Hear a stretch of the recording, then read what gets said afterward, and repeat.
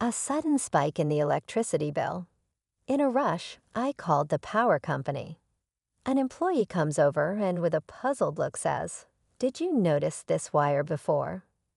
When Bob and I rush over, the employee gently moves a potted plant nearby to give us a clearer view from our outdoor outlet. A strange wire extended leading towards my in-laws' house. "Do you know anything about this wire?" Bob and I exchanged glances at the employee's question. We're probably both thinking the same thing. "Hey Bob, could this be?" "Yeah, no doubt about it. This is why our electric bill went through the roof." Bob almost instinctively reaches for the outlet and swiftly unplugs the wire. The very next moment, a sharp scream echoes from my in-laws' direction. What? It's probably my mother-in-law's. Soon after, I hear some hysterical muttering. The voice grows louder, coming from behind their door and heading our way. Suddenly, my mother-in-law bursts out from the bushes. My name is Mary Johnson, a 32-year-old stay-at-home mom. My hobby is trying out limited-time desserts. I always gather information about desserts either through friends or by doing my own research. Bob, my kind husband, always supports my hobbies. I've known Bob, who's the same age as me, since college.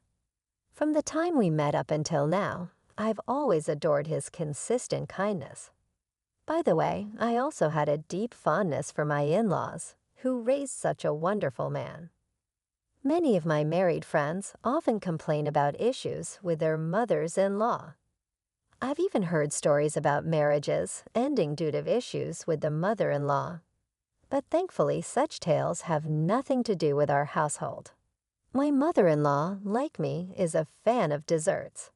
Whenever I bring her a recommended treat, she's always delighted. And my father-in-law, though a man of few words, always has a reassuring smile. Both of them have always been fond of me, and I felt the same about them. My in-laws currently live about a 30-minute drive away. Not too close, but not too far either, just the right distance. But sometimes I wonder, with the two of them, maybe we could live together. It's not that I want to live together, but perhaps we might get along better than expected. I adored them enough to even entertain such thoughts. However, I've come to realize that life isn't always that sweet.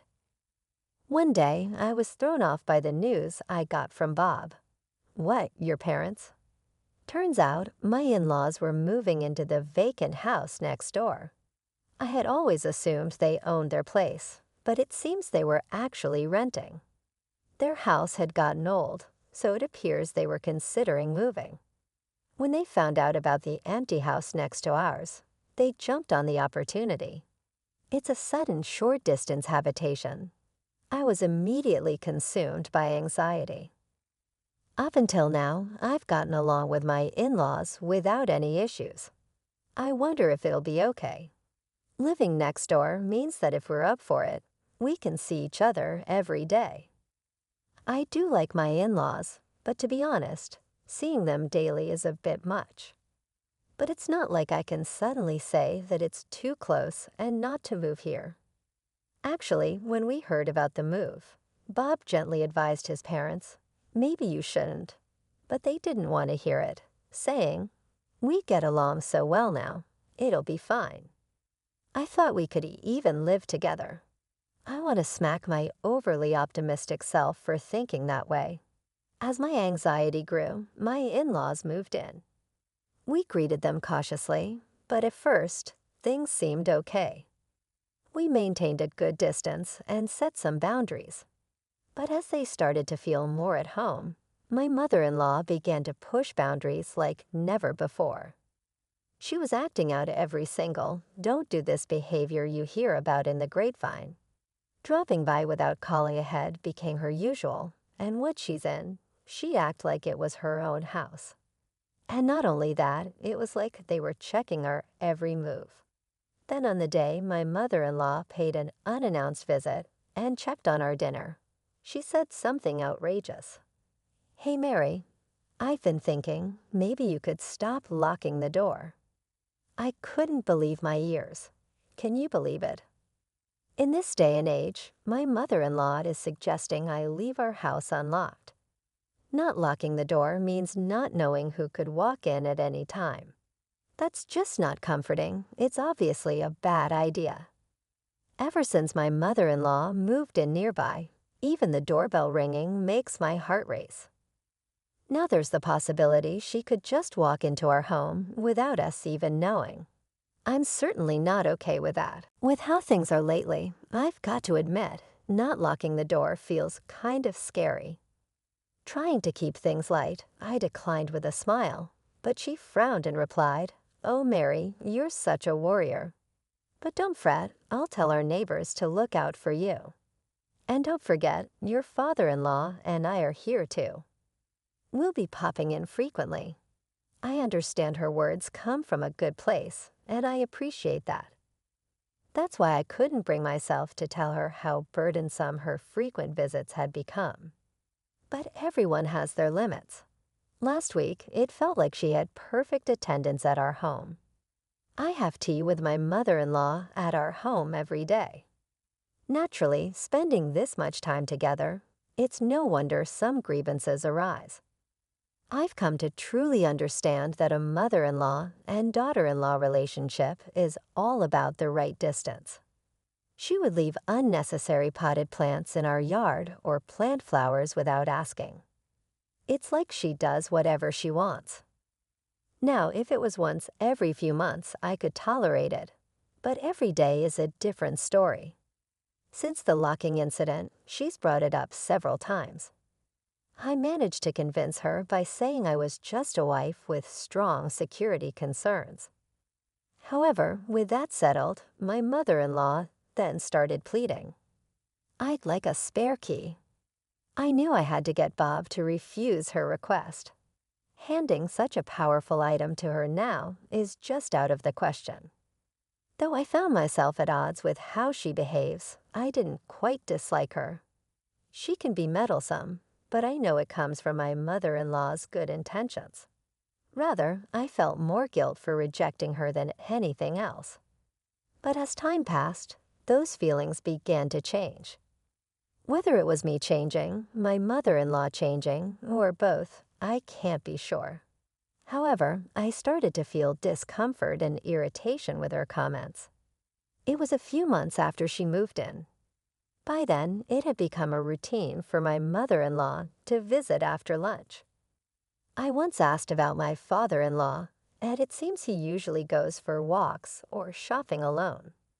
I suggested she should join him, but she declined, saying, "Walking tires me out." Lately, she's become a typical mother-in-law. Previously, when I made her tea, she'd just say thank you. But now there's always a comment, like it's warm or it's weak. Whenever she speaks, it's either gossip or bad-mouthing someone. Being around her just brings me down. But I can't exactly reject her. So I just nod and force a smile. It's just not good, right? The grass keeps growing and they never cut it. I've even thought about mowing it myself.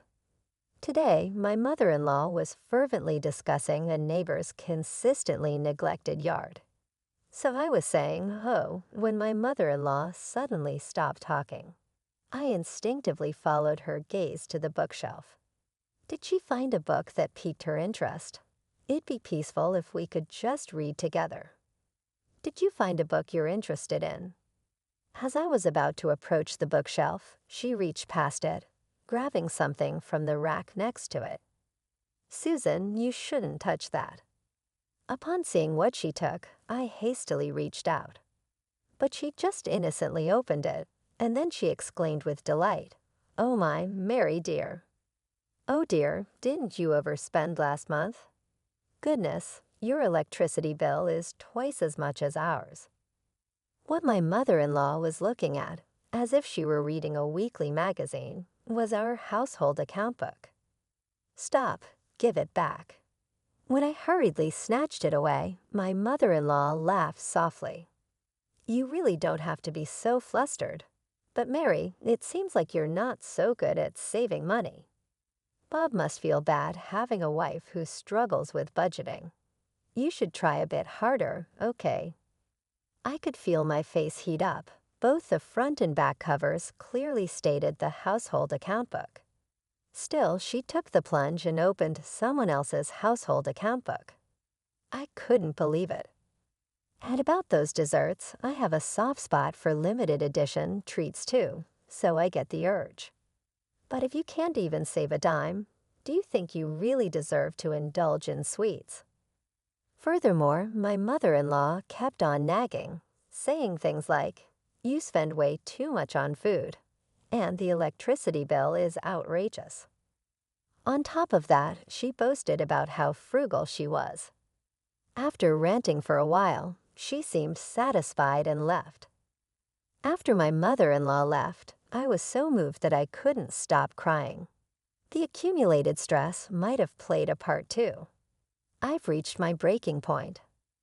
I cried nonstop until Bob came home. You don't have to take Mom's word for it, but I think it's easier said than done. I'm really sorry. I'll tell Mom not to come again. Yeah, please. Bob comforted me. And after I calmed down a bit, I decided to discuss something that had been bothering me. It was about the electricity bill. As my mother-in-law pointed out, it was high without any significant changes in our usage. It has skyrocketed over the past few months. I was concerned about it, but dealing with my mother-in-law had left me little time to think about anything else. Bob looked at the electricity bill details, puzzled. This is definitely strange. I know, right? The next bill is coming soon, isn't it? If it seems off, we should give the electric company a call. A few days later, a bill arrived charging us an astonishing $1,300 more than double our usual amount. Feeling that something was amiss, we hurriedly decided to have someone from the electric company come over. The electric company's technician took a detailed look around.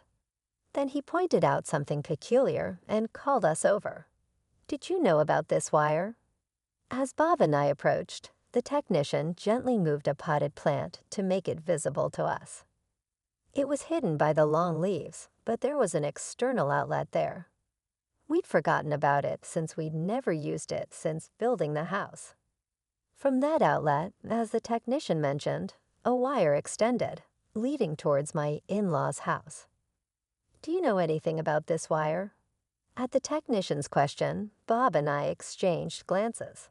We were both likely thinking the same thing. Hey Bob, could this be? Yeah, no doubt about it. This is the reason our electric bill shot up. To be sure, we followed the wire with the technician, pushing through bushes and tall weeds. Sure enough, the wire led to my in-laws' storage shed.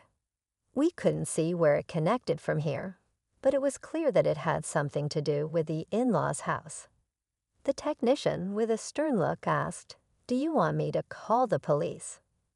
No, we might have to, but let's talk it out first. This house belongs to our parents, after all. The worker initially looked tense, suspecting theft of electricity. But upon realizing it was a family home, his expression softened with relief. Oh, I see. I'll be on my way then. Yes, thank you for taking the time to come out here. We really appreciate it. We walked him out to his vehicle and saw him off. After he left, we turned to each other, deep in thought. Bob sighed heavily, cradling his head in his hands. I'm sorry for having a mother like that. It's hard to say. Don't worry about it. What are we going to do next? If it's like any other day, Bob's parents are probably home right now. Should we confront them directly, or should we come up with a plan first? Bob, with his hand covering his mouth, started walking towards the external outlet. Thanks to the employee who had moved the potted plant aside earlier, the outlet was clearly visible. Come to think of it, perhaps his mother purposefully placed the potted plant here to hide this outlet. Though I hate to suspect, I couldn't think of any other reason. I wonder what this is connected to. Suddenly, Bob reached out and swiftly unplugged the wire. Wait, is it okay to unplug that? I just unplugged it. Thinking of them calmly stealing our electricity all this time makes me so angry. Anyway, we have the employee as a witness. I won't let them make any lame excuses. If need be, we have that as well. That's true. I nodded in agreement when suddenly, what a high-pitched scream rang out from Bob's parents' house. Probably my mother-in-law's. Moments later, hysterical muttering was heard. The voices came out of their door and started heading in our direction. And then, with great momentum, my mother-in-law burst out from behind the hedge. What she must not have expected, anyone to be there. When my mother-in-law saw us, she let out a deeply surprised voice. No, I'm surprised. You guys, what are you doing in a place like that? She snapped at us. So I puffed up my chest and responded, Susan, do you have some business in our yard? You seemed pretty flustered, didn't you? Well, she looked away, visibly uncomfortable. Beyond her, Bob was holding on to the removed wire firmly. When my mother-in-law exclaimed, oh, she tried to snatch it from Bob's hand. Bob twisted away, hiding the wire behind his back. Hey, what are you doing? No, that's what I should be asking you. Bob thrust the wire in front of her face and said in a deep, serious voice. This was plugged into our outlet, emphasizing the R. My mother-in-law's eyes darted around for a moment. Then she looked upwards defensively. So what do you know? Where does this wire go? I have no idea. Just plug it back in now. Things are a mess here since you pulled it out, she said.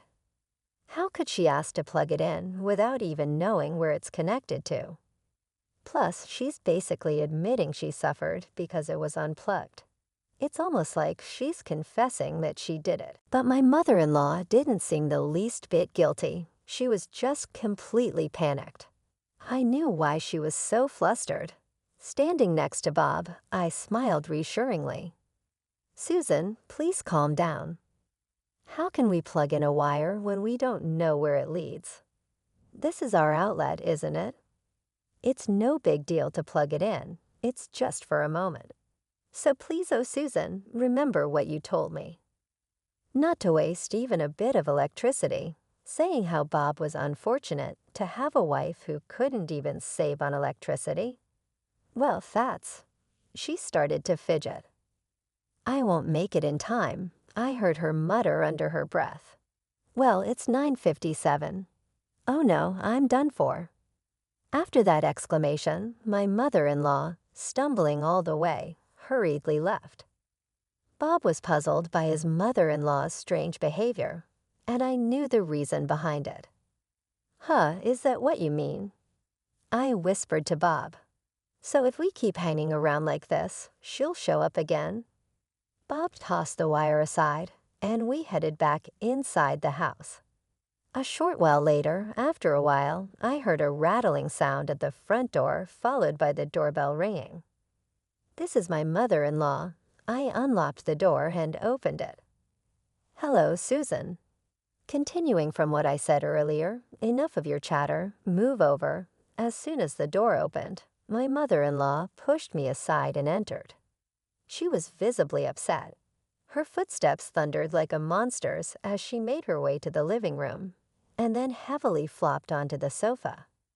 Bob, who was in the living room, furrowed his brows with a puzzled expression and was about to speak, but my mother-in-law was tad quicker. Oh, and parched, hey, is the tea not ready yet? You're so slow, act before being told. That's basic etiquette. Right?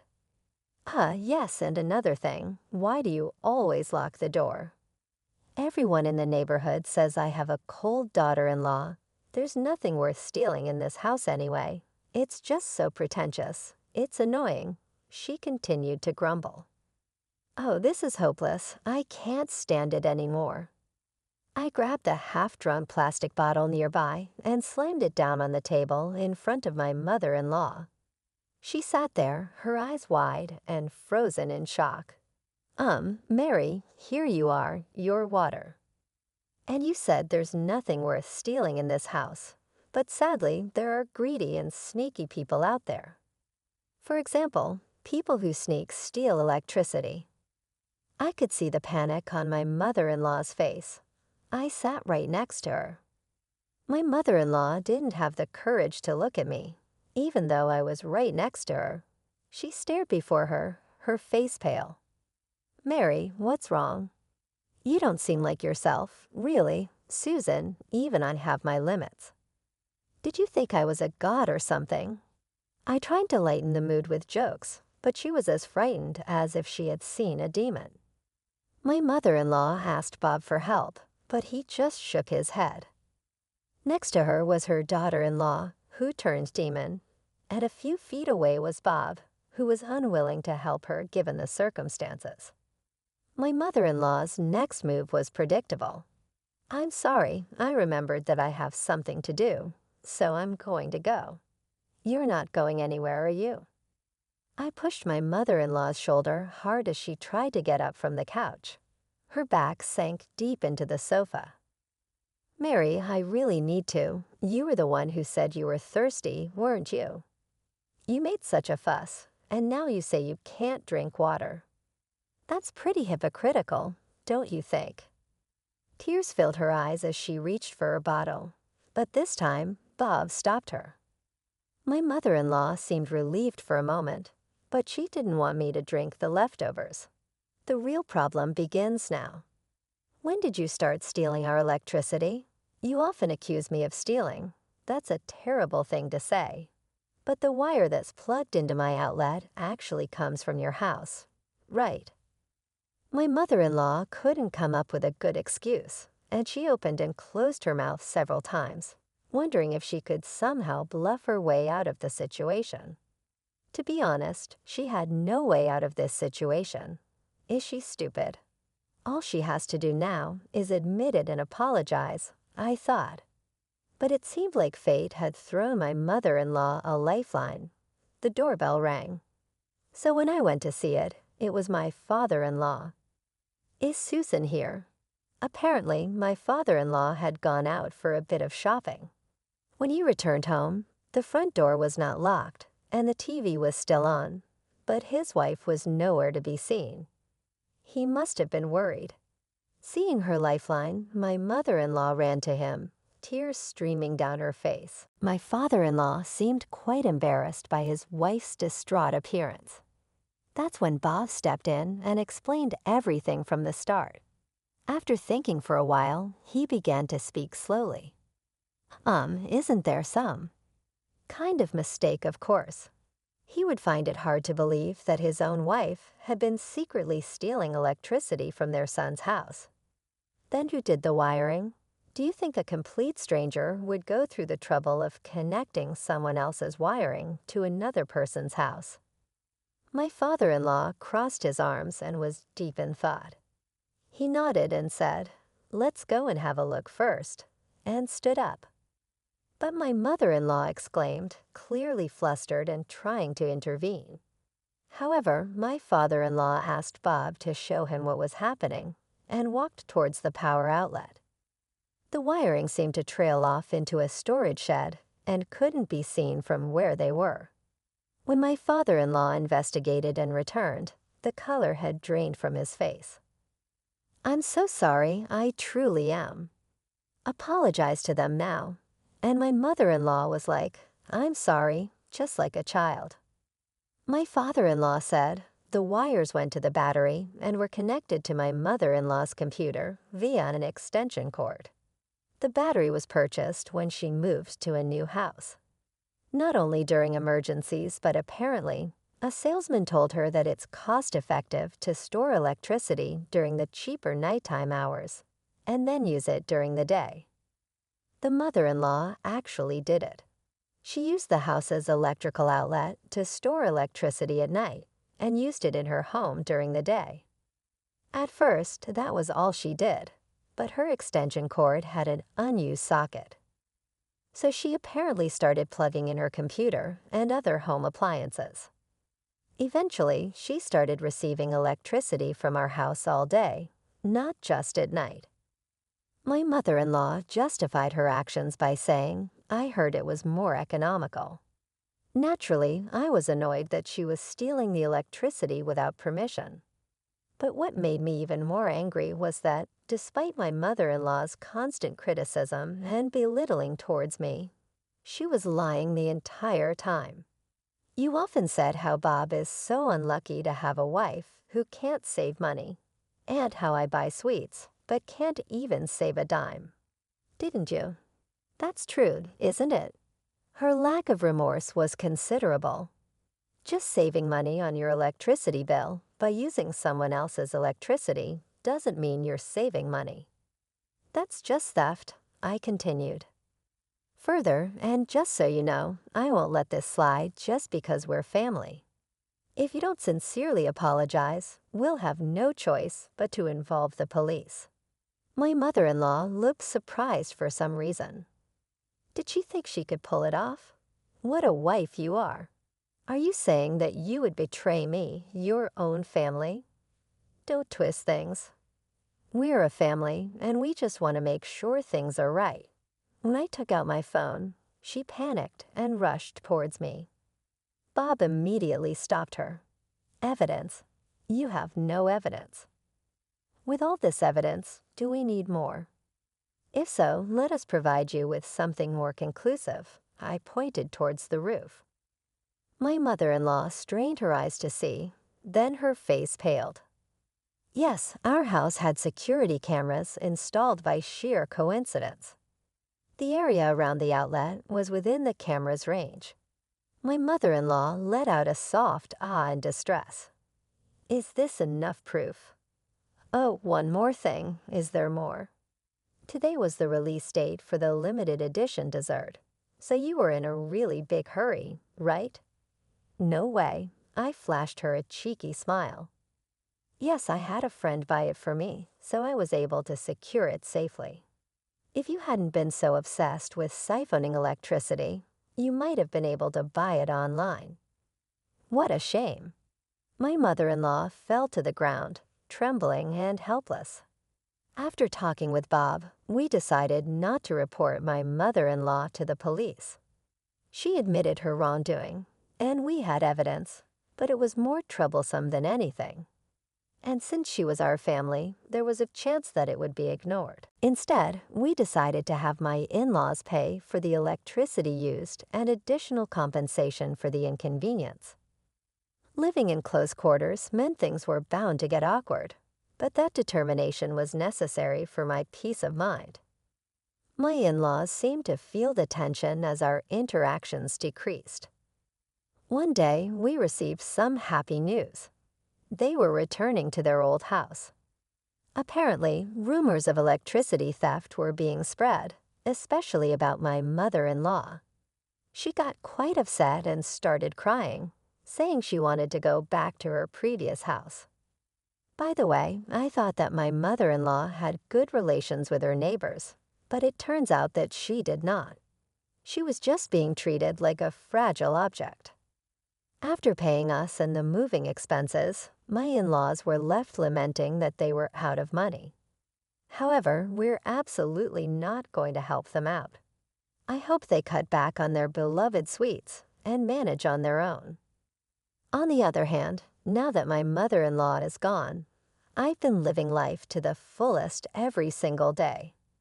Our electric bill has significantly reduced, and I'm currently debating which dessert to treat myself to next.